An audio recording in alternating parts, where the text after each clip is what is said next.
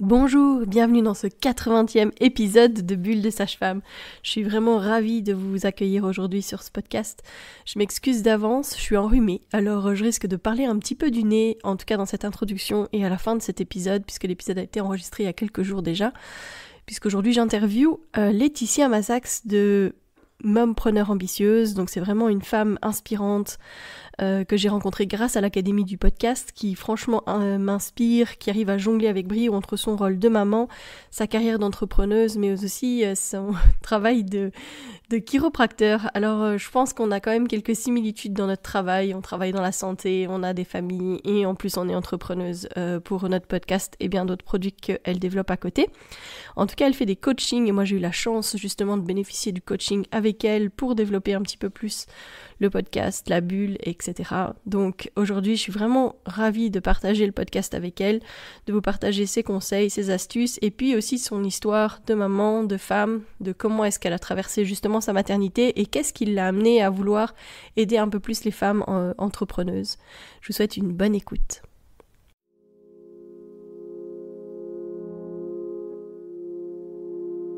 Bienvenue dans Bulle de Sage-Femme, le podcast qui déconstruit les croyances, démystifie les peurs sociétales, redonne toute sa place à la physiologie des femmes qui savent enfanter dans leur pleine puissance, mais aussi des bébés qui savent se mettre au monde. Ici, vous profiterez de l'expertise de sages-femmes pratiquant en dehors des hôpitaux, des accouchements à domicile ou en maison de naissance. Nous souhaitons que vous trouviez les outils, les informations pour que vous puissiez être les acteurs de la naissance de votre bébé, et ce quel que soit le lieu où vous avez décidé de l'accueillir. Mon nom est Mélissa Chambard, sage-femme, maman de 5 enfants. À chaque épisode, je vous partagerai mes astuces, mes bons plans, mon expertise, des anecdotes, mais aussi des témoignages de parents, de sages-femmes et des rencontres inspirantes autour de la périnatalité, dans la bienveillance, la force, la puissance. Allez, vas-y.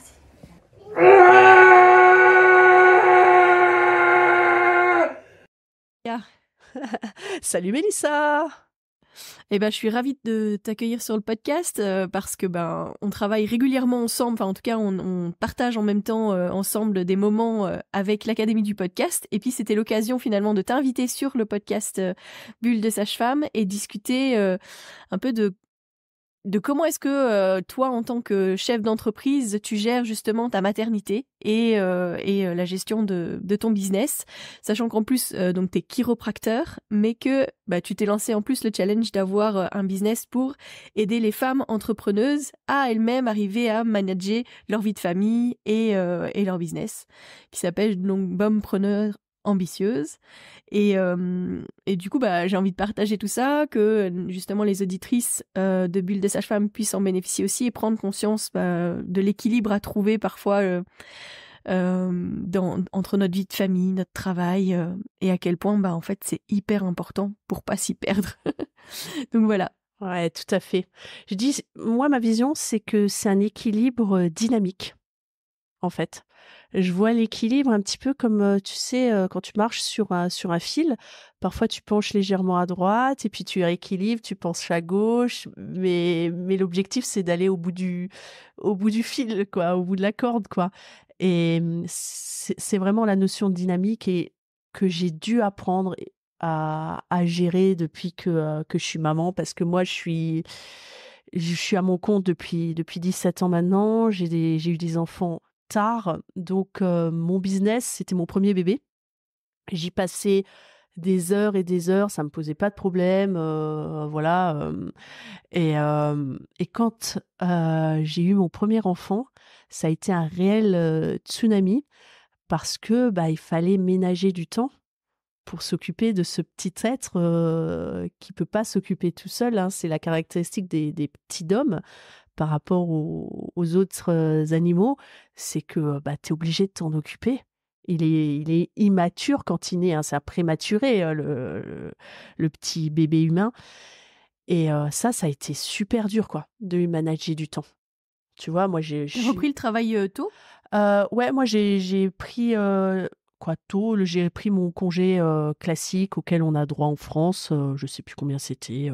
Ça devait être 6 semaines, je crois, après la naissance. Non, je sais plus. Écoute, je sais plus. 6 semaines ou 2 mois. Je me souviens, c'est un peu obscur, les dates, C'est on oublie. enfin, c'est énormément peu, en fait. Ouais.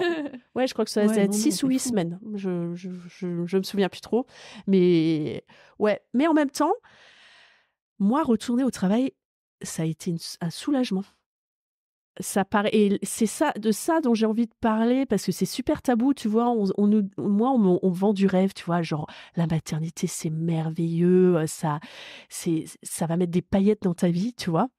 Moi, le jour où je suis retournée au travail, le premier jour, j'ai fait waouh, je vais pouvoir faire quelque chose pendant une demi-heure d'affilée sans être interrompue.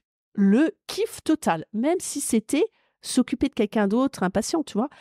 Mais ce qui a été super difficile pour moi, c'est de gérer le côté, tu commences un truc, et puis là, ton gamin, il t'appelle. Le truc classique, tu es en train de préparer à manger, toi.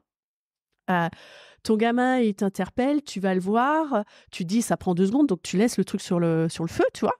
Tu te dis ça va prendre 2 secondes, et puis là, tu te rends compte, ah bah il a sa couche sale, tu le changes, ah mince, il a changé son body, donc ça te prend plus de temps, et puis tant qu'à faire, tu mets le body dans le truc à laver, ah bah le panier est plat, bah, je démarre une machine, ah bah la machine, elle est pleine, bah je vais étendre le linge, et puis tu reviens, le truc il est cramé, quoi.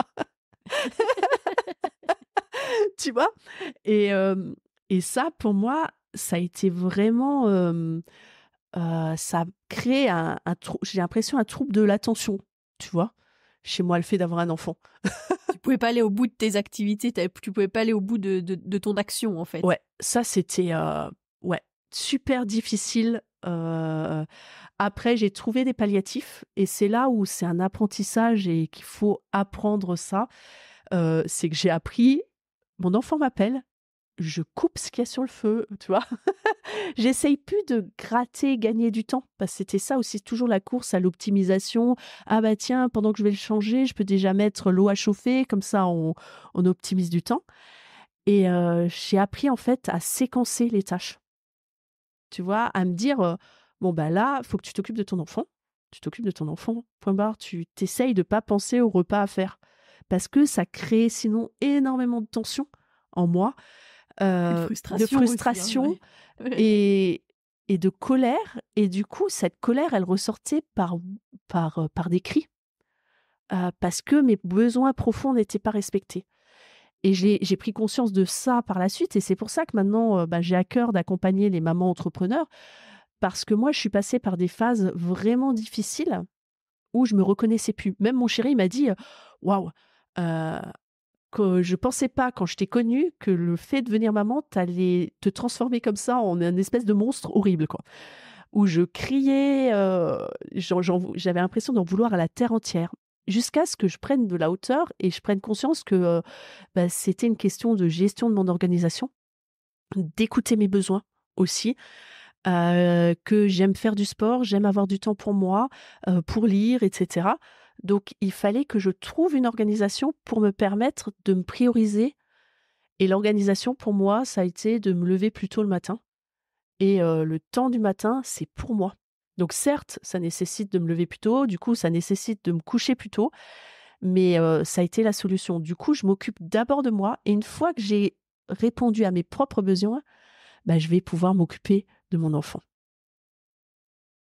C'est vrai qu'on a tendance à tellement s'oublier finalement, à les mettre tellement en priorité que on en oublie dû prendre du temps pour soi. Ouais, et on peut pas s'occuper de quelqu'un si soi-même on n'est pas bien, et ce qui est paradoxal, c'est le discours que je tiens auprès de mes patients, tu vois? Avant, je le faisais, je disais: «Je peux pas m'occuper des gens si je m'occupe pas de moi», et ben, j'ai oublié ce précepte, basique, tu vois? Et ça, à un moment donné, je peux pas te dire quand, comment, j'ai eu ce déclic, et j'ai dit: «Non, là, ça va plus, tu t'es occupé de ton enfant, là, il est temps que tu t'occupes de toi. Il est temps que tu passes la main.» Alors bien sûr, tu allaites, ça te tient à cœur, et ça, je pense que c'est aussi un truc qui peut emmener vers les bas-fonds, tu vois? Tu te dis: «J'allaite, machin», bah, du coup, il y a que toi qui peut nourrir ton enfant, et bah, quand tu passes, 20 minutes à chaque fois, plusieurs fois dans la journée, avec ton enfant, moi, autant j'ai adoré allaiter, autant par moments j'avais l'impression de perdre mon temps, tu vois? Hem et hem et donc du coup, pour contrebalancer, de penser à avoir un temps pour soi, pas toujours un temps pour les autres, quoi. C'est surtout que si tu as repris réellement le travail à 6-8 semaines, c'est vrai que les besoins du petit à ce moment-là, et notamment au niveau de l'allaitement, est super intense, quoi. Ouais. Donc t'as pas le temps d'avoir mis en place d'autres choses. Enfin, c'est vrai que, en tout cas moi personnellement, j'ai eu la chance à chaque fois de pouvoir reprendre quand mes enfants ils étaient sur le point de commencer à manger diversifié, quoi, commencer à manger autre chose que mon lait. Et donc c'était beaucoup plus facile pour moi de déléguer cette tâche de donner à manger à mes enfants puisqu'ils allaient commencer à manger autre chose, tout en ayant l'opportunité d'avoir tiré 1 ou 2 biberons pour si jamais ils avaient besoin. Ouais. Mais finalement, pour tous, j'ai très peu tiré le lait parce qu'en fait, ils en voulaient pas autre part qu'à la source. Donc pour ça, c'était tranquille pour moi. Mais après, je connais des mamans vraiment qui tirent énormément, quoi. Mais c'est vrai que c'est... Allez, reprendre à 6-8 semaines, continuer son allaitement, manager ton boulot de chiropracteur et tout ça, ouais, j'imagine que ça a pas été facile. Ouais. Ouais, pour le premier, j'avais un cabinet qui était pas au même endroit que la maison et puis il était gardé par une nounou. Donc je tirais mon lait quand j'étais au travail et puis je le donnais le soir quand je récupérais pour le lendemain, etc. Donc ça roulait bien. Et le deuxième, la situation a été différente, c'est que j'avais installé mon cabinet au rez-de-chaussée de la maison et on avait pris une nounou à domicile. Donc je m'étais dit, waouh, ça va être cool parce que, on va dire à 10 heures, je prévoirais d'aller l'allaiter. Ça va être cool, quoi. J'aurais pu attirer. Et en fait, on a tenté, je crois, 1 ou 2 fois et je me suis rendu compte que c'était pire. Autant pour moi de le voir et de devoir repartir, c'était dur, autant pour lui, quoi. La nounou, elle le reprenait, il braillait, il criait et du coup, il fallait pas qu'il me voie. Donc du coup, je restais dans mon cabinet, je tirais mon lait et puis j'envoyais un message à la nounou pour lui dire, «J'ai tiré le lait, je l'ai mis dans l'entrée, tu peux venir le chercher?» Elle venait récupérer le lait en douce, en gros. Alors qu'il avait, je sais pas, il avait 3 mois, quoi, le deuxième quand on a fait ça, quoi, je crois. Donc Bon après, c'était tout frais, tout prêt à être vu, hein. ah ouais, ouais, oui, c'était cool. Mais comme quoi, un enfant est pas comme l'autre et ouais. Et puis ouais, le premier, ce qu'il y avait, on parlait des naissances, comment ça s'est passé. Le premier, bah, il y a eu une césarienne. Donc ouais, ce qui est difficile, je trouve que, même moi, je le sais en théorie, si tu veux, que tu te fais opérer, mais quand tu le vis, encore une fois, c'est pas pareil et l'entourage se rend pas compte de ce que c'est qu'une césarienne, quoi. On t'ouvre quand même le bide, faut que tu cicatrises et en même temps, faut que tu t'occupes d'un petit enfant et puis ouais, c'est dur. Moi, j'étais épuisée après cette césarienne. Moi, j'ai tout vécu, hein. Pour le premier, menace d'accouchement prématuré, pour finalement dépasser le terme, pour qu'on me déclenche. Ça a duré 72 heures. Je voulais pas de péri. On m'a proposé la péri parce qu'on m'a dit, «Voilà, vous êtes épuisée, vous n'en pouvez plus» et finalement, ça a fini en césarienne. Donc je peux parler de tout. Et puis là, je suis épuisée, quoi. 2 nuits blanches, tu une césarienne, tu épuisée. Mais je me suis attachée quand même à l'allaitement et heureusement que je savais qu'il fallait mettre le petit au lait au sein et cetera pour quand même pouvoir maintenir cet allaitement parce que, bah, comme j'étais épuisée, forcément on me proposait: «Ben, on va vous le garder, on vous donne un biberon». Moi, je voulais juste qu'il le garde pour que je puisse me reposer, que je sois pas en alerte complet et quand qu'il a besoin d'être allaité, qu'on me le ramène. Mais bah, on me le ramenait et puis en fait, on lui avait donné un biberon. Ah. Ah! C'était terrible, je me sentais comme trahie, tu vois? Et Mmh. et du coup, la montée de lait, elle a mis 3 jours à venir, quoi et tous les jours, on me disait, «Alors, la montée de lait?» «Bah non, toujours pas», et puis: «Il perd du poids, donc on te met la pression, vous êtes sûrs?» Donc je me dis: «Heureusement que j'ai été formée, un minimum accompagnée quand même, pour dire: ça va venir, il y a pas de raison que ça vienne pas» et puis après l'allaitement s'est mis en place, super bien, quoi. Mais ouais, Je crois qu'on est mal informé, que ce soit la césarienne, comme tu disais, hein, les gens ils minimisent grandement, hein. C'est comme si c'était rien, puis il fallait s'en remettre hyper rapidement, alors mmh, qu'effectivement c'est une chirurgie, et c'est une chirurgie au niveau abdominal. Donc en fait, c'est des chirurgies qui sont hyper importantes. On a mmh, l'impression qu'on ouvre juste comme ça, puis c'est bon, mais en ouais, fait, il y a plein de plans, il y a plein, enfin, c'est quelque chose vraiment d'assez important. Et au contraire, on veut que les femmes, elles se remettent en route très rapidement. Ouais. Alors que, enfin, ça fait quand même un mal de chien. C'est clair. Il faut effectivement s'occuper du bébé, etc. En général, enfin, je veux dire, t'as les seins qui te font mal, la cicatrice qui te fait mal, tes pertes de sang, etc. Enfin, c'est pas rien, quoi. Mmh. Et c'est pas du tout assez reconnu, ça c'est Ouais. sûr. Déjà, le postpartum de manière générale, mais alors le postpartum d'une césarienne, c'est comme si, bah, c'est bon, il est pas passé par en bas. Ouais. Tu vois, genre, c'est plus grave qu'il passe par en bas. Ouais, c'est clair. Et alors, l'allaitement, enfin, je veux dire, tu me dis 3 jours, mais c'est normal en fait, 3 jours. Enfin, Ouais, bah moi je le savais. Sur ce point de vue-là, tu vois, j'avais pas trop de notions. Je savais pas trop comment ça allait se passer. Donc à chaque fois ils viennent, ils te demandent alors la montée de lait s'est faite. Bah, c'est mon premier, j'en sais rien si elle se fait ou quoi. Bon, quand elle est venue, j'ai su. Hein. c'est ça. J'ai vu Là, les t'as pas seins qui douté. ont boum, qui ont gonflé. J'ai fait ah bah ça y est, la montée de lait est là quoi. Mais on te dit de toute manière que tu produis pas beaucoup, donc tu te dis bon voilà, mes seins ils explosent pas, c'est normal quoi. Donc ouais. Ouais, la césarienne, c'est quand même quelque chose. Moi, je dis toujours, on opérerait quelqu'un, on lui ferait une chirurgie abdominale, ce serait minimum une semaine en règle générale à l'hôpital, tu vois. Là, je suis restée 5 jours bien parce que mon petit avait pas repris du poids et que ça les inquiétait, pas parce que moi j'ai eu une césarienne, tu vois. C'est ça. Et après, tu me dis qu'en plus, t'as repris le travail 6 à 8 semaines après. Ouais, ouais. Donc, tu t'es remis à masser des gens, à avoir des. Ouais. Tu vois, Ouais. t'avais pas vraiment t'avais pas commencé ta kiné post-partum, rien du tout. J'ai fait, alors que je me souvienne, pour lui, ouais, en même temps que j'avais repris le travail, j'avais fait la rééducation du périnée, mais par contre, j'ai pas bénéficié de rééducation abdominale. On me l'a Ah, juste logique. pas proposé, tu vois. Genre, encore une fois, tu vois, et encore, rééducation du périnée, c'est bien parce que je l'ai demandé, mais beaucoup pensent, ah bah, t'as eu une césarienne, T'as pas besoin. t'as pas besoin. Bon, Ouais. peut-être une césarienne programmée, mais là, moi, j'étais à la complète dilatation quand on a décidé la césarienne, quoi. Donc, il y a eu un travail, donc il fallait faire la rééducation.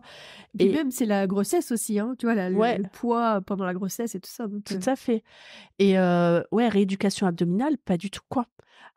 Et du coup, moi, comme j'avais eu la césarienne, t'as la cicatrice, t'oses plus contracter les abdos. Alors moi, j'étais super tonique, je faisais beaucoup de sport, tu vois. Déjà, la grossesse, ça te dilate, tu utilises plus tes abdos, voilà. J'avais dès le début senti petit à petit qu'il y avait un diastasis qui se faisait entre les abdos, quoi. Donc pour expliquer aux femmes qui nous suivent, qui connaissent pas, c'est entre les deux lignes de tablettes de chocolat, bah, ça s'était séparé. Heu et bah, comme j'avais les séquelles de la cicatrice, j'osais pas et on m'avait dit: «Faut pas faire d'abdos», tu vois? Donc j'ai pas osé, tu vois? Et donc du coup, ce diastasis, bah, je l'ai encore, quoi. Et Ah ouais. alors qu'il aurait fallu faire un accompagnement et on me l'a juste pas proposé, quoi. Ne serait-ce aussi que des massages de la cicatrice. Ouais, Tu vois? tout à fait. J'ai beau le savoir, moi je suis chiropracteur, je sais qu'il faut masser les cicatrices, mais j'ai pas le détail de quand, comment tu commences à la masser, tu vois? Il aurait fallu, je trouve, que j'ai des séances de kiné où le kiné, il aurait pu juger, s'il faut masser ou pas, quoi. Donc maintenant, je me retrouve avec une cicatrice adhérente, ça fait un espèce de gros capiton, sur tout le long. Bah, c'est pas évident ça non plus, tu vois? Quand tu as été sportive, l'impact sur la transformation de notre corps aussi, c'est quand même, fou, quoi. Je sais qu'il faut l'accepter, il faut travailler sur l'acceptation de son corps, mais bon, quand tu as une espèce de truc qui adhère et puis que tu as comme un tablier qui pend par-dessus presque, tu vois? C'est, c'est quand même, ouais, Ouais, l'image de soi, elle en prend un gros coup, quoi, ouais, hein, clairement. ouais, Entre le fait de j'ai pas été au bout de ce que je voulais, ouais. de on m'a fait une césarienne, de mon corps est plus du tout le même, de j'ai pas eu les moyens, j'ai pas trouvé les bonnes personnes qui pouvaient m'accompagner pour pouvoir aller vers une meilleure guérison. Enfin, c'est quand même. Ouais. Oui, puis quand tu t'occupes d'un gamin, tu viens d'accoucher, tu dois t'occuper d'un gamin, tu tu pas le temps d'être dans la recherche de qui va pouvoir m'aider, de prendre des rendez-vous, chez le kiné, bon, j'ai fait À une nouveau, c'est pas rééducation toi, tu te primes pas toi en général à ce moment-là. ouais, C'est plutôt les rendez-vous chez le pédiatre, c'est plutôt, enfin, tu vois. ouais, c'est ça. C'est que la mère, elle est complètement effacée, quoi. Moi, j'ai vraiment eu le sentiment, tu vois, quand tu es enceinte, tout le monde: «Ah» et encore. «Oh, tu enceinte?» Moi, encore, moi, je trouve que j'ai pas eu trop ça, tu vois? Les gens, ils prenaient pas conscience que, même moi, avant l'expérimenter, maintenant que j'ai expérimenté ça, quand je vois une femme enceinte, bah oui, je la laisse passer devant moi. Ah bah oui, je lui propose une chaise pour s'asseoir, bah oui, on prend conscience et j'ai pris conscience aussi pourquoi les femmes qui sont enceintes ou les gens qui ont un gros bide, pourquoi ils ont mal au dos, quoi. Moi, le truc tout simple, rien que de me laver les mains, tu vois, tu es obligé de te pencher beaucoup plus parce que ton bidon, il te permet pas de te rapprocher du lavabo et de l'eau qui coule, tu vois? Donc tous ces facteurs-là, bah, maintenant je peux les expliquer à mes patientes, tu vois? Et puis même à mes patients qui ont du bidon, je leur dis: «Bah, voilà, je vais pas vous mettre le couteau sous la gorge pour vous dire de perdre du poids, mais bon, c'est un facteur qui fait que vous êtes obligés de vous adapter», tu vois? Hem, bref, on dérive pas mal. C'est pas grave. Mais donc ton deuxième, comment s'est passée la naissance? Tu disais que tu avais eu 2 naissances totalement, différentes. Ouais, alors mon 2e, franchement, si je devais le refaire, je le referais maintenant, tu vois? J'ai même hésité à avoir un 3e enfant, parce que franchement, j'avais beaucoup d'appréhension. Donc j'ai d'abord, entre les 2, je me suis dit: «Il faut que je guérisse, ce qui s'est passé lors de la 1re, naissance. Il faut que je me fasse accompagner». Donc j'ai demandé à ma sage-femme, si elle pouvait me conseiller quelqu'un. Parce que, voilà, je me sentais pas suite au premier d'avoir un deuxième, même si j'avais l'envie, mais voilà, il fallait que je guérisse de ça. Donc elle m'a conseillé d'aller voir, moi je pensais sophrologie ou des trucs comme ça. Elle m'a conseillé d'aller voir une psy. Donc j'ai fait plusieurs consultations de psy pour comprendre le pourquoi du comment on en était arrivé là. Donc on a dénoué, j'ai compris des choses, qu'en fait j'avais très, très peur d'accoucher et je m'étais tellement préparée, intellectuellement que j'étais pas dans mon ressenti, j'étais complètement coupée de mon ressenti. J'ai compris que j'avais pas communiqué auprès de mon chéri de ce que moi j'avais envie. Donc lui, il pouvait pas être en soutien et donc ce qui a changé pour le deuxième, c'est que je lui ai expliqué, je lui ai dit: «Voilà, moi je veux une naissance naturelle, je voudrais, éviter la péridurale» et j'ai fait une préparation à la naissance avec une sage-femme en individuel où mon chéri est venu. Parce que les autres, il était pas venu, parce que moi je lui disais aussi: «Il y a pas d'intérêt, c'est moi qui vais accoucher, quoi». Voilà, donc il est venu et du coup, il a pu avoir lui des réponses à ses questions et savoir quel allait être son rôle. Parce que lors de la première naissance, lui, il était vraiment détaché. Je le sentais, qu'il savait pas quoi faire. Tu vois? Il savait pas où se foutre. Il a pas trouvé sa Il place, a quoi. pas trouvé sa place. Pour le deuxième, ce qu'il y a de très drôle, c'est que mon chéri, il était en pleine fenaison. Donc, on avait invité du monde à midi. Le matin, je me suis mis au travail. Heu, donc, je me suis mis sur mon petit ballon pendant le repas. J'ai rien mangé parce que j'avais pas envie de manger. Et puis à 2 heures, il y avait mes parents qui étaient là et à 2 heures, mon papa il me dit: «Bon, je crois qu'il faudrait qu'on t'emmène quand même à l'hôpital». Parce que j'avais fait quand même le choix d'une naissance. J'aurais aimé une naissance à la maison, mais j'ai pas trouvé, quelqu'un pour m'accompagner. Les maisons de naissance étaient loin. Elles sont à plus de 2 heures de route de chez moi, donc bon, on a fait un entre-deux et mon papa m'a emmenée. Ce qui m'a permis d'être plus sereine, c'est que j'ai aussi contacté, des personnes et beaucoup des consoeurs qui ont vécu la même histoire. C'est-à-dire une naissance un peu traumatique pour le premier et une naissance, qui s'est passée par voie basse, normale, pour le deuxième. Donc elles m'ont accompagnée, elles m'ont dit: «Tu sais faire, ton corps sait faire». J'ai aussi suivi, l'accompagnement, en ligne d'une sage-femme qui parle du vortex, de se mettre dans son vortex, des chants nataux et du coup, mon papa m'a emmenée à l'hôpital et en fait, c'est juste la personne qu'il me fallait parce que mon papa, c'est quelqu'un en qui j'ai beaucoup confiance, qui sait être présent sans être, surprésent. Je savais juste qu'il était là, qu'il veillait sur moi. Donc ils m'ont auscultée, ils m'ont mis en chambre en me disant: «Faut attendre, voilà, que le travail se fasse» et mon père était juste là pendant 3 heures. Je savais qu'il était là et je savais que s'il y avait besoin, il saurait appeler. Tu Ouais. vois? Donc moi, j'ai pu me mettre dans ma bulle et il y a quelqu'un qui veillait sur moi et au bout de 3 heures, mon père, il me dit, bon, il m'a écoutée, tu vois? Et il m'a dit: «Écoute, là, je crois qu'il faudrait que tu ailles te faire, ausculter, je pense que ça a bien avancé». Et du coup, le chemin vers la salle d'auscultation, à chaque contraction, tu te tiens la barre. Tu sais, des gens qui passent derrière qui font ça va, mais incapable de répondre. Tu vois. On arrive en salle d'examen et puis là, elle me dit: «Oh bah, ça a bien avancé, on va aller en salle de naissance, quoi». Et puis là, elle me demande, «Est-ce que le papa», donc le papa du futur bébé, hein, pas mon papa, Oui, pas ton papa. voilà, va arriver. Et puis moi, j'avais complètement délégué ça à mon père, tu vois? J'ai pas communiqué, j'étais voilà, et moi je dis: «Mais j'en sais rien. Vous voulez qu'on l'appelle?» «Bah, oui, moi, faut aller en». J'ai dit: «S'il faut, mon père, il vient avec, quoi. Il y a no souci». J'avais pas la nécessité que mon chéri soit là, quoi. Même limite, ça a été bien, il est arrivé, hein, mais limite, ça aurait été avec mon père, ça aurait été trop cool. Et j'en ai discuté après avec mon père, et il me dit qu'il s'est senti presque frustré de pas pouvoir plus m'accompagner, tu vois? Ça Surtout que de ce que tu décris, il était vraiment dans la présence, mais aussi dans l'écoute de ce qui se passait pour toi. Parce ouais, que du voilà. coup, il a été capable de dire, bon, je pense que là, maintenant, il serait temps que tu te refasses ausculter. Donc, c'est la preuve que il observait, il écoutait, il voyait que ça changeait, quoi. Ouais, voilà. Et ça paraît fou parce que quand tu dis, ouais, tu dis aux femmes, «Oui, j'aurais aimé que mon père soit là pour la naissance de mon enfant», tu te dis: «Bah, c'est pas la place de ton père, quoi».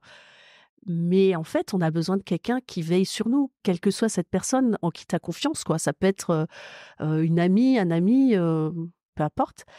Et mon chéri est arrivé, je venais de rentrer en salle d'accouchement, j'étais pas encore installée, et j'étais il est arrivé et j'étais en pleine phase de désespérance. Et j'ai mis mes mains autour de son cou et je lui ai dit: «Je veux la péri, j'en peux plus». Et là, il m'a dit: «Ça va, je suis là, ça va bien se passer». Juste ces Ah, phrases-là, et j'en ai là, rien que d'en penser, d'en reparler, j'ai les larmes qui me montent aux yeux, tu vois? Il a juste dit et fait ce qu'il fallait, ouais. tu vois? Et le travail a encore duré un petit bout de temps. Je me suis mis encore à 4 pattes, sur le truc, et au bout d'un moment, elles m'ont fait mettre sur le dos. Je pense que ça, c'est le dernier, regret que j'ai, tu vois? Et c'est pour ça presque que j'aurais voulu avoir un troisième pour, être capable de mieux m'affirmer, parce que j'étais juste bien, tu vois? Et puis, quand elles m'ont dit: «Bon, bah, c'est le moment de pousser», là, j'ai dit: «Mais j'ai plus de douleur». J'étais dans un mode, je pense que j'avais le shoot d'hormones antidouleurs qui a fait son effet. Et j'ai dit: «Mais faut pousser là, mais moi j'ai pas mal, quoi, c'est bon, j». C'était aussi parce que c'était pas vraiment le moment de pousser. Ah ouais, tu penses? Ouais. Ouais, Oui, peut-être. parce qu'en fait, il y a des moments comme ça, et d'ailleurs, cette sage-femme qui parle du vortex, elle en parle de cette phase de quiétude, en fait. Donc, tu es à dilatation complète, mais il y a pas vraiment de contraction à ce moment-là. C'est aussi un moment où normalement les mamans, elles rechargent un peu leur batterie, tu vois, Ouais. et des fois elles ont un moment de calme, des fois elles s'endorment pendant ce moment-là. Ouais, c'était vraiment ça. Puis d'un seul coup, ça revient, mais là ça commence à pousser et ça chasse tout seul. Donc en fait, quand on dit allez, c'est le moment de pousser, c'est le moment de pousser pour eux, pas pour toi. Ouais, et c'était tout à fait ça. Je l'ai compris parce qu'en fait, il y a une autre femme qui était dans l'autre salle d'accouchement, qu'elle était seule. Et je pense qu'elle s'est dit: «Moi, je suis plus avancée, il faut qu'elle me fasse pousser maintenant pour que le bébé, il sorte et puis qu'elle puisse aller s'occuper de l'autre, quoi». Ouais, Et on a accouché à 20 minutes d'intervalle. Donc je pense que pour ça. elle, elle était en mode: «C'est tendu». Et j'avais fait un projet de naissance que j'avais écrit aussi, et ça m'a beaucoup aidé entre les 2. J'ai écrit et j'ai mis, comment s'est passé le premier, ce que j'aimerais qu'il soit différent. Et quand elle m'a auscultée au début, quand elle fait monitoring, elle a regardé ça. Je me souvenais même plus que j'avais mis dans le dossier, quoi. Et puis elle me dit: «Ah bah, j'ai lu votre papier, oui, bah, dans l'ensemble, c'est pas délirant, votre projet de naissance, ça va être possible». Et j'ai eu une épisiotomie parce qu'elle était, je pense, dans le stress. Et elle m'a regardée et elle m'a dit: «Je suis désolée». Et là, elle a coupé. Ah, donc ça aussi, c'est pas du consentement, hein. Ah, Te regarder et juste te dire: «Je suis désolée», ouais, «Je suis désolée, faux», quoi, je l'ai compris comme ça, quoi. Et du coup, ouais, ça a fait mal. Heu et bon, après mon petit est né, j'étais super contente, j'ai eu le réflexe de toucher, j'avais besoin de toucher, voir où est-ce qu'il en était et tout. Bon, il est sorti en 3-4 poussées, il était là. J'ai eu aussi un super accompagnement je pense que c'était une aide, je sais pas, une aide-soignante, quelqu'un qui était à côté de moi, à mon oreille, qui me parlait tout doucement. Allez-y, c'est bon. Ouah, ça, c'était super top d'avoir quelqu'un qui m'accompagne comme ça. Et, et donc, il est né, j'étais super contente d'avoir pu accoucher par voix basse.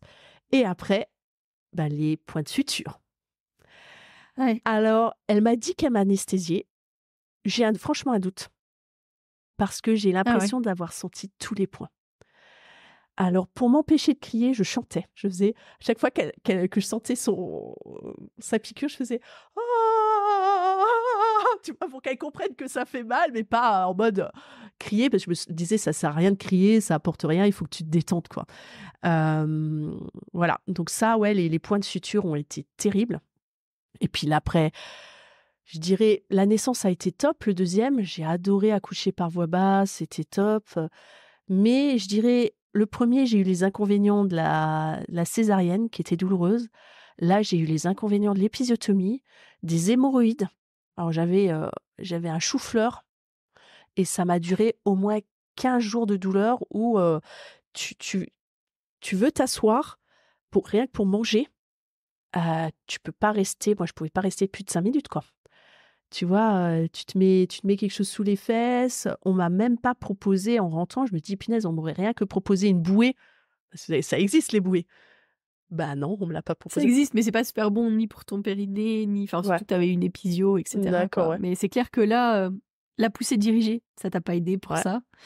Et puis, l'épisio et cetera. Donc non, c'est clair que ouais, j'imagine que ça a pas été, hyper confortable. Ouais, et puis la Mais poussée, elle me disait: «Poussez comme si vous voulez faire caca», mais en fait, je savais que c'était pas ce qu'il fallait faire, mais à un moment donné, tu es tellement dans la désespérance, je pense, tu as besoin d'être accompagné et tu dois faire un minimum confiance à ce que la personne te dit de faire, tu vois?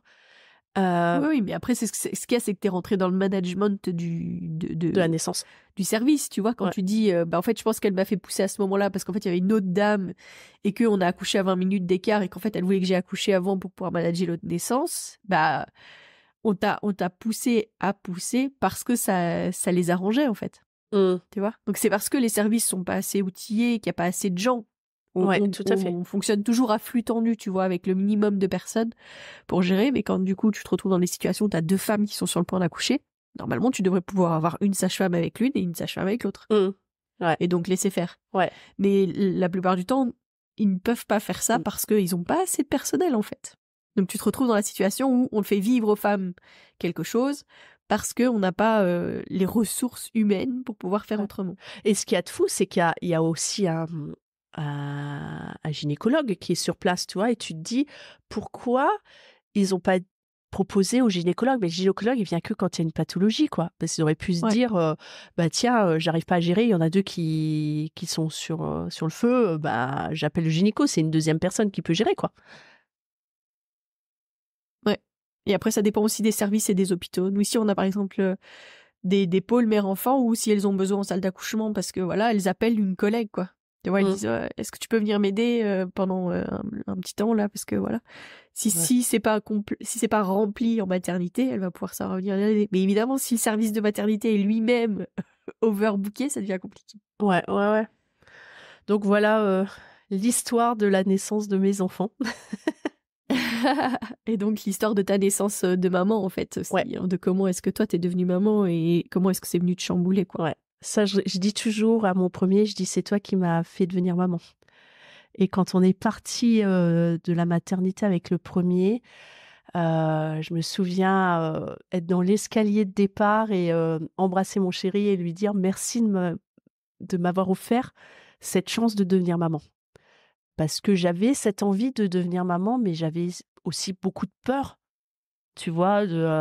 «Oui, ça va changer ta vie. Est-ce que tu as vraiment envie de ça? Est-ce que tu vas y arriver?»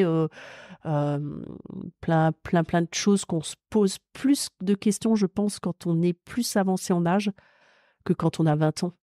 Tu vois? 20 Oui. ans, tu es peut-être plus dans l'insouciance. Quand, tu as comme moi 36 ans, bah, tu es déjà installé dans la vie un petit peu et puis tu te dis: «Bah, tiens, ouais, est-ce que c'est vraiment ce que je veux?» Tu te poses des questions financières aussi, voilà. Ouais, tu le mentalises beaucoup plus en tout cas. Oui, voilà, tout à fait. Ouais. Ouais, clairement. Donc ouais, gros chamboulement chez toi avec tes petits loups. Et puis, continuer à manager ta vie d'entrepreneur. Donc là, tu t'es pris des moments où ça a été plus difficile, quoi. Tu me disais ça un peu avant qu'on enregistre. Ouais, ouais, il y a eu... Du coup, avec l'arrivée de ton deuxième, c'était encore d'autres challenges qui sont arrivés, quoi. Ouais, c'était 2 challenges. 2, c'est pas 1. Quand tu as managé le deuxième, alors bien sûr, le premier est plus âgé quand le deuxième naît, donc tu peux pas comparer au moment où tu décides de faire le deuxième et au moment où il naît, il y a 9 mois qui sont passés, donc le premier a grandi. Mais apprendre, tout te prend plus de temps. Déjà, avoir un enfant, tout te prend plus de temps, mais en avoir 2, ça te prend 2 fois plus de temps. Ça, moi, ça a été difficile à intégrer, quoi.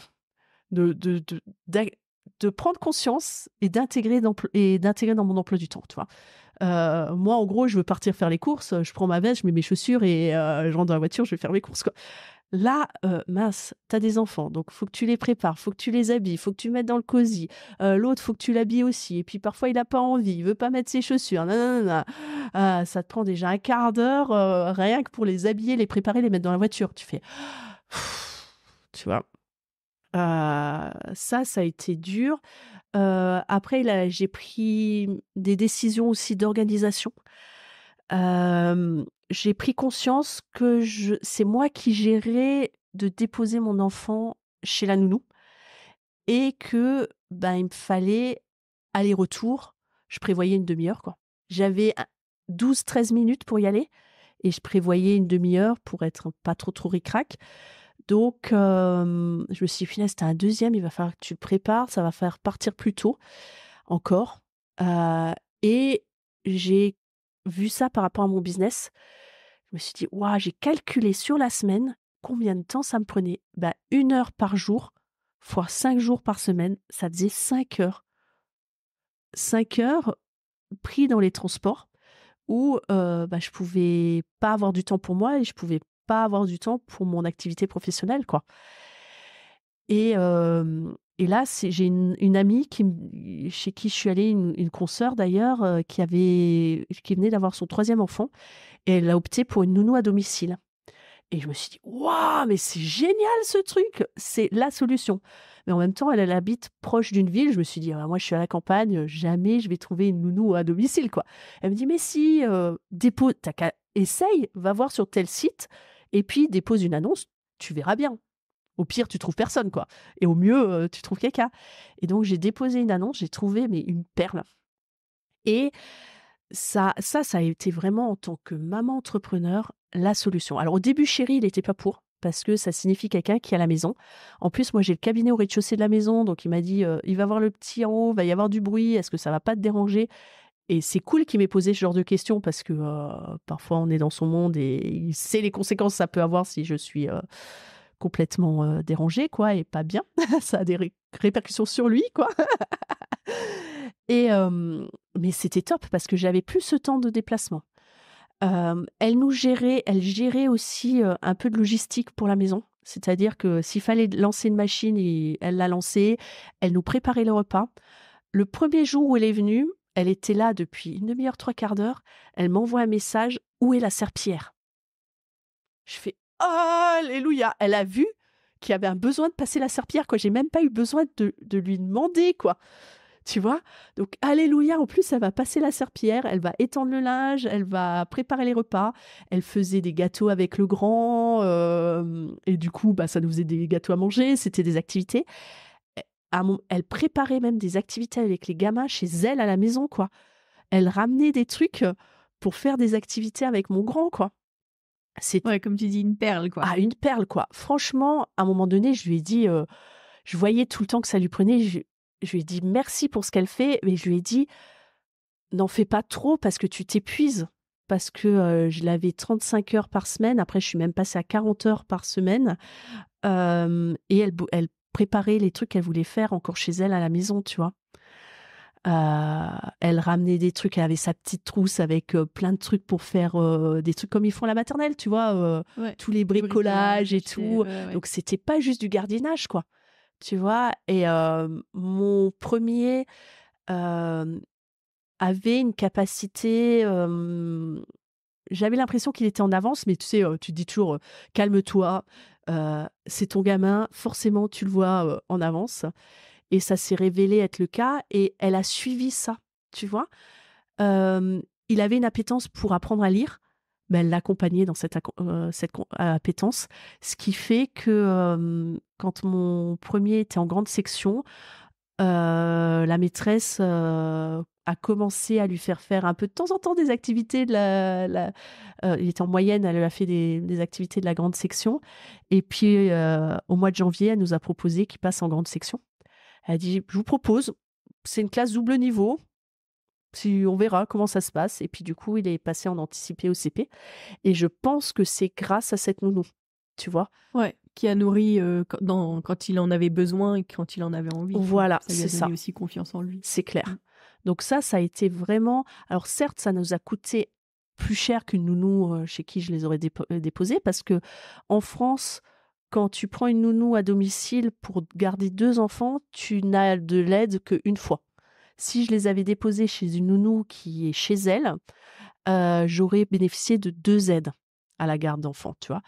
Donc j'avais moins d'aide, mais en même temps, j'ai calculé par rapport à mon business. C'est-à-dire que tu imagines 5 heures où je peux soit prendre du temps pour moi, pour me ressourcer, soit pour, mon business, continuer à développer mon business et donc du coup, tu sais, j'ai vraiment mis tous les frais d'un côté, frais d'essence, nanana, pour une option et pour l'autre, et en fait, j'étais finalement, par rapport à mon business, c'était rentable, quoi. Sans oublier tout le confort que ça apportait dans, l'aide à l'élaboration des repas, Charge la gestion de mentale. la maison, ah ouais, ouais, j'imagine, oui. Bon, je lui disais quand même plus ou moins, ce qu'il y avait à faire comme repas, tu vois? Mais, mais parfois, elle était capable de regarder dans le frigo, Dans le ce qu'il y frigo, avait, ouais. et puis, je lui disais: «Tu improvises, quoi». Et même proactive, quoi, genre elle voit qu'il y a des bananes qui sont en fin de vie, elle va te faire un gâteau à la banane, quoi. Tu vois? C'est genre une perle, quoi. Génial. Ouais, c'est ça. Et puis, beh, elle a décidé de partir. À un moment donné, elle avait envie d'autre chose. Elle avait envie de voir autre chose et j'ai pris une autre nounou qui était bien aussi, mais qui avait pu, tu vois, c'était une gardienne, quoi. Ouais, Heu, elle a plus cette même flamme. ouais, il y avait plus cette même flamme. Bon, elle a instauré d'autres choses qui étaient bien, c'est qu'elle faisait pas les repas, mais elle faisait prendre la douche à mes enfants. Ce qui était bien aussi. Tu vois? Mmh. Parce qu'avant l'autre, elle faisait les repas, mais on devait faire la douche après le repas, c'était parfois la bataille, parce que les gamins, ils étaient fatigués et tout, voilà. Donc et puis, bah, maintenant plus de nounou, donc c'est une autre réorganisation, tu vois? Donc ça change, comme je disais, un équilibre dynamique, adapter les choses, donc bah, voir avec leur père pour s'organiser. Ça a été aussi capital que je définisse mes règles, que je sache lui dire: «Écoute, tu coparent, tu vois? On est à 2 et même si, bah, quand on est agriculteur, on a des pensées un peu, tu vois, où c'est la femme au foyer, même il est moderne quand même, mais il a quand même ce marquage, tu vois? La maman qui s'occupait de lui, qui lui faisait tout, qui lui faisait ses tartines jusqu'à 14 ans, tu vois? Donc je dois régulièrement travailler mon affirmation de moi par rapport à lui. Régulièrement lui dire, bah, le vendredi matin, là on enregistre aujourd'hui, un vendredi matin, bah, le vendredi matin, j'ai pas de consultation, mais je travaille à mon business ou sur Mompreneur ambitieuse et bah, parfois il me dit: «Tu peux déposer les enfants?» Et je dois lutter contre le truc de, oui, je pourrais dans l'absolu puisque, j'ai pas de consultation, j'ai pas d'engagement avec d'autres personnes. Mais en même temps, c'est un temps où moi je travaille sur mon business. Donc si ce temps-là, je le consacre pas là maintenant, bah, il va falloir que je le récupère ailleurs. Et à un moment donné, ça va gérer des tensions. Donc il faut que j'ai appris à lui dire non et là, parfois il me demande, «Ah, tu travailles?» Au début, quand on me disait: «Tu travailles?» quand j'avais pas de consultation, je disais, «Non».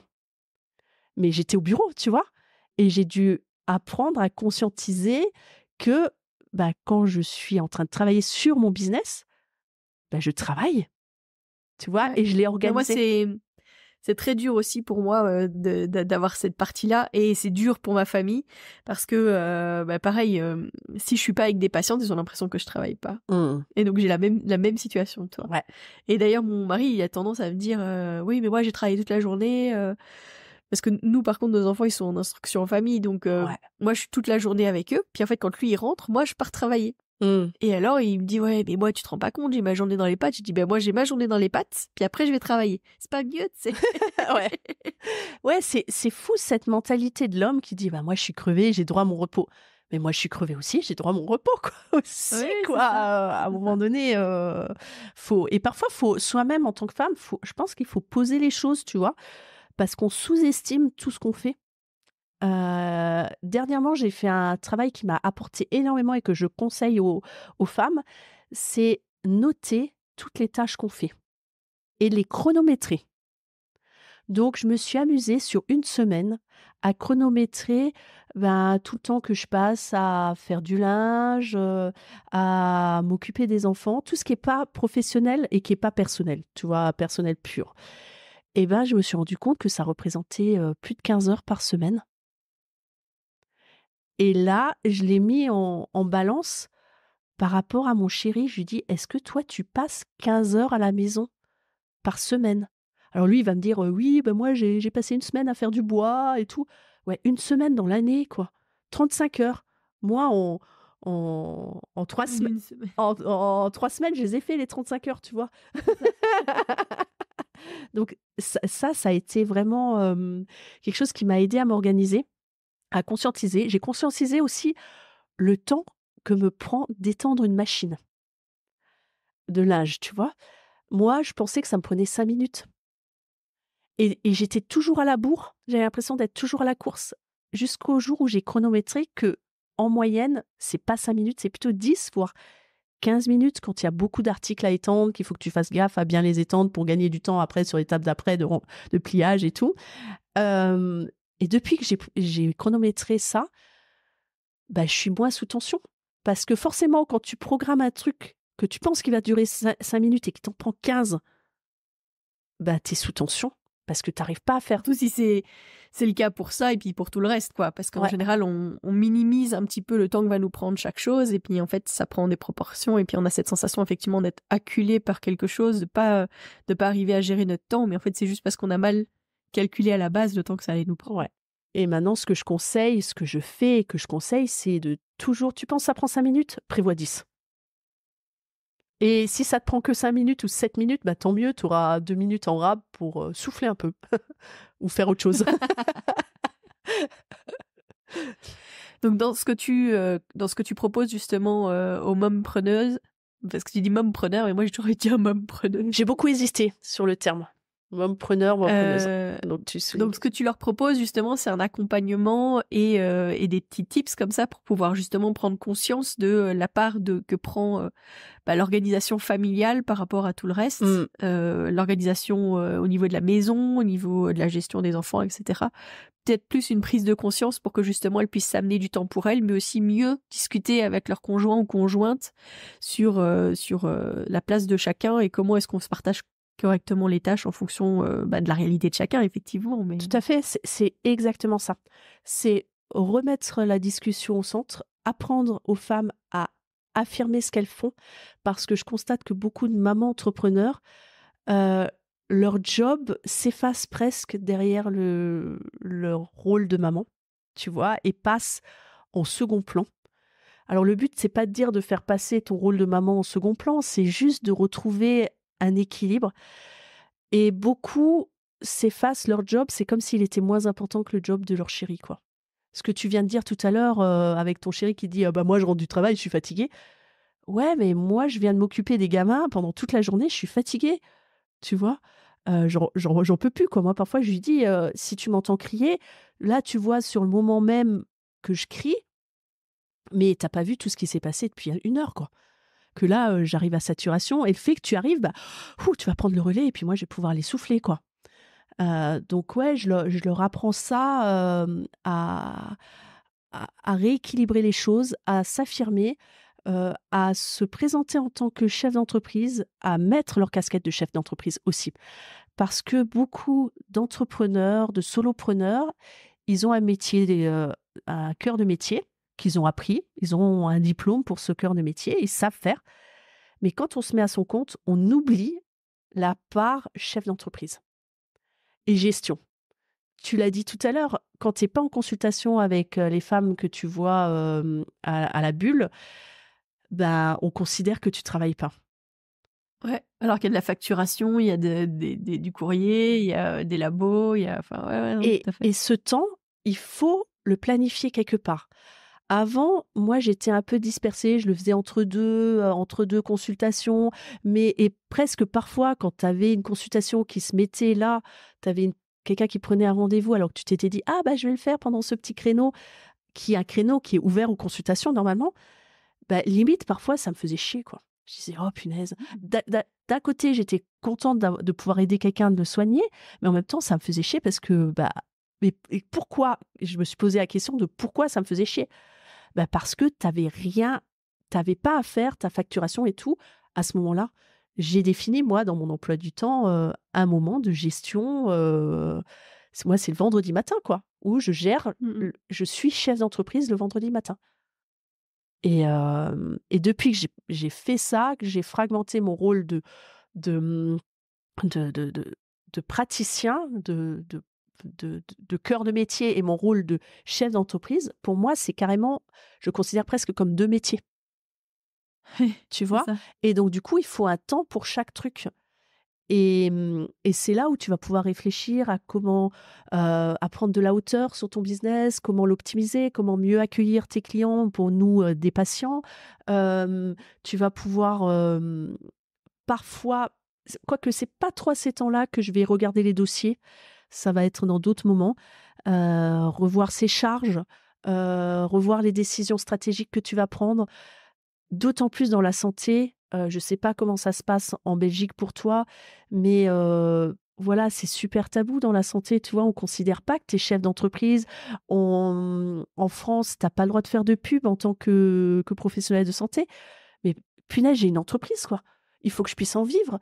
Donc si je peux pas faire de pub, il faut que je communique d'une manière ou d'une autre. Donc quelle stratégie je vais mettre en place pour communiquer, pour me faire connaître, pour que je puisse en vivre? Parce que si je peux pas en vivre, bah, je vais être obligée de prendre un travail à côté alimentaire et du coup, je pourrais plus aider et assurer ma mission de vie. Donc ça a été un game changer aussi il y a quelques années pour moi, de prendre conscience de ça. Que, bah, le marketing, c'est pas sale, ça fait partie du business. Marketing, gestion, vente. La vente, tu vois, c'est un côté négatif. Mais c'est parce qu'on nous l'apprend comme ça. Enfin, je veux dire, et en tant que femme, c'est encore plus ancré. Presque si un homme se vend, c'est normal, mais une femme qui se vend et qui monte son business et qui veut réussir avec ça, c'est pas positif en fait. Ouais. Dans la société, tu vois. Ouais. Moi, On nous apprend à être discrète, à pas faire trop de bruit, etc. Donc, ouais, c'est vraiment moi ce côté féministe, militante, qui passe au travers de et les femmes, vous êtes tout autant capables de gérer une boîte, quelle qu'elle soit, d'être maman aussi. Il y a pas besoin de faire un compromis. Tu vois, moi, ce qui m'hallucine, c'est que quand moi je suis pas là, on va dire à mon chéri, mais qui va garder les enfants? Moi, j'hallucine cette phrase. Quand lui, il est pas là, qu'il part en déplacement ou quand c'est la moisson et qu'il est pas beaucoup là, est-ce qu'on lui demande à lui: «Mais qui va garder les enfants?» Non, c'est la mère, elle est là, et même lui, parfois, il se pose pas la question. Il me dit juste: «Au fait, ce soir, ah, j'ai une réunion, je serai pas là».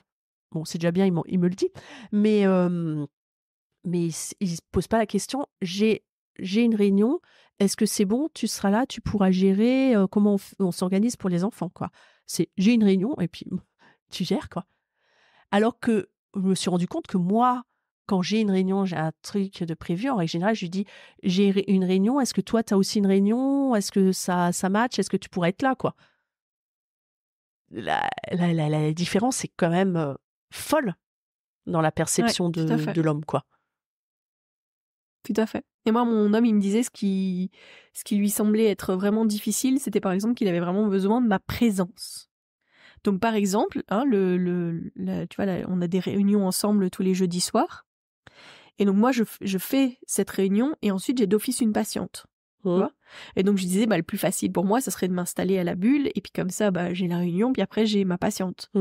Ah oui, mais si c'est comme ça, t'es pas là, là, là. Ouais, mais en fait, ce qu'il se rend pas compte, c'est par exemple, hier, j'ai été interrompue je ne sais combien de fois par un enfant qui tombe, qui a besoin de moi, qui vient pleurer à côté de moi parce qu'il veut regarder aussi ce qui se passe dans l'écran, etc. Enfin voilà, donc je dis en fait, je suis pas du tout aussi focus que si j'étais toute seule dans un lieu où je peux prendre note sans prendre... Enfin voilà. Et d'ailleurs, pendant que j'étais à cette réunion, il était au téléphone avec un membre de sa famille. Je pense que ça prenait beaucoup de temps parce qu'il racontait notre voyage, etc. Et en fait, il y a notre petite, moi je la voyais qui était sur le rocking chair debout. Et je disais, ça c'est pas une bonne idée, il faudrait que tu descendes. En même temps, moi j'étais en visio, hein, jusqu'à ce que réellement elle tombe.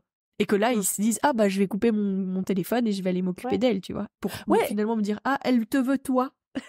Tu vois. Ah non, mais c'est... Si j'avais pas été là, il aurait pas du tout eu le même niveau de vigilance, il aurait pas... Enfin, tu vois, ça aurait pas du tout été la même chose. Ouais. Mais comme j'étais là... Ouais, c'est ça. C'est, encore une fois, on reparle du fait de s'affirmer, quoi. D'affirmer, je bosse, quoi. Et moi, j'enseigne vraiment l'importance de la segmentation. Tu vois, quand tu bosses, quoi. Moi j'ai appris à fermer à clé ma porte qui communique avec la maison. Tu vois, et dire aux enfants, quand la porte, elle est fermée ou fermée à clé, je travaille. Voilà, c'est tout. Vous venez me déranger que si elle feu, quoi. Sinon, si je suis dispo, la porte, elle est entrouverte. Donc, quand la porte est entrouverte, ça veut dire que je fais un truc au bureau, mais que j'accepte d'être dérangée, quoi. Que je fais un truc peut-être personnel au bureau, quoi. Et, ouais, je pense que tu vois, tu illustres vraiment cette importance de segmenter, de s'affirmer. Et c'est là où je trouve c'est le côté pervers quand on travaille à la maison ou pas loin de la maison. Parfois, je regrette presque d'avoir le cabinet au rez-de-chaussée de la maison. Je me dis, s'il était ne serait-ce que dans le même village, mais dans un autre local, ça faciliterait. Tu vois, tu dirais, je travaille et puis nos enfants ne nous verraient pas. Parce que toi, si tu es en visio à la maison et puis que tes enfants te voient, forcément, ils ont du mal à comprendre que tu es là, mais tu n'es pas là. Tu es là, mais pas là pour eux. C'est compliqué pour un enfant de lui expliquer ça. Alors, on va dire, ouais, c'est des enfants, faut les dresser, faut leur apprendre, il faut qu'ils comprennent, qu'il ne faut pas qu'ils dérangent des adultes qui parlent entre eux. Ouais, non, mais c'est des gamins, quoi. Ils sont dans le besoin immédiat et ce qui est bien. C'est ça. Ils ont pas du tout notion de tout ça. Et en tout cas, merci beaucoup pour cet échange. Merci pour tout ça. Merci. Je rappelle donc que tu as vraiment un podcast qui s'appelle Mompreneur Ambitieuse et aussi tout un service d'accompagnement et de coaching autour de ça. Moi, j'ai pu en bénéficier. Ça m'a fait grandement du bien. Donc franchement, si les auditrices de Bulle de Sage-Femme, elles sont aussi dans la gestion de leur entreprise en même temps que leur vie de maman, si elles veulent aller suivre ton podcast, le lien sera en description de l'épisode et elles peuvent effectivement prendre contact avec toi si elles ont envie d'aller plus loin dans l'accompagnement parce que c'est un game change énorme. Donc voilà. Je te remercie grandement et puis peut-être à une prochaine fois, on ne sait jamais. Merci à toi, Mélissa.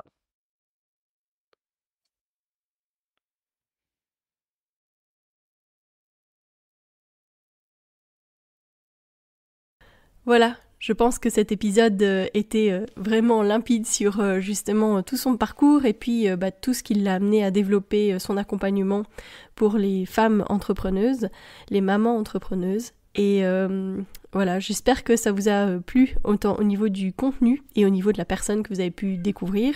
Sachez que donc le lien de son podcast sont en description de cet épisode. Je voulais aussi vous informer que notre deuxième édition du salon Naître et Grandir en douceur aura donc lieu les 13 et 14 avril 2024 à Seneffe, comme l'année dernière, et ça s'annonce encore une belle édition. En plus de ça, il y aura l'opportunité de venir faire une brocante le dimanche, ce qui permettra de multiplier encore les visiteurs. Et on a bien hâte de venir vous rencontrer lors de ces 2 journées exceptionnelles. Donc au salon Naître et Grandir en douceur. À nouveau, attention, cela n'a pas lieu à la Bulle, mais bien à la salle culturelle de la SAM qui se situe place Pendagenet à Senef. Autre information, à partir de la semaine prochaine, le mercredi, je vous proposerai un nouvel épisode qui sera tout simplement un épisode où je répondrai à vos questions. Vous avez donc l'opportunité de me poser des questions soit en DM via Instagram sur le compte Bulle de Sage-Femme Podcast ou par mail à melissa.chambard@gmail.com. Ce sera un plaisir du coup de répondre à vos questions directement sur le podcast. L'opportunité justement de partager un petit peu plus les questionnements qu'on peut avoir et les réponses que je peux vous donner. Je vous donne rendez-vous la semaine prochaine. D'ici là, portez-vous bien.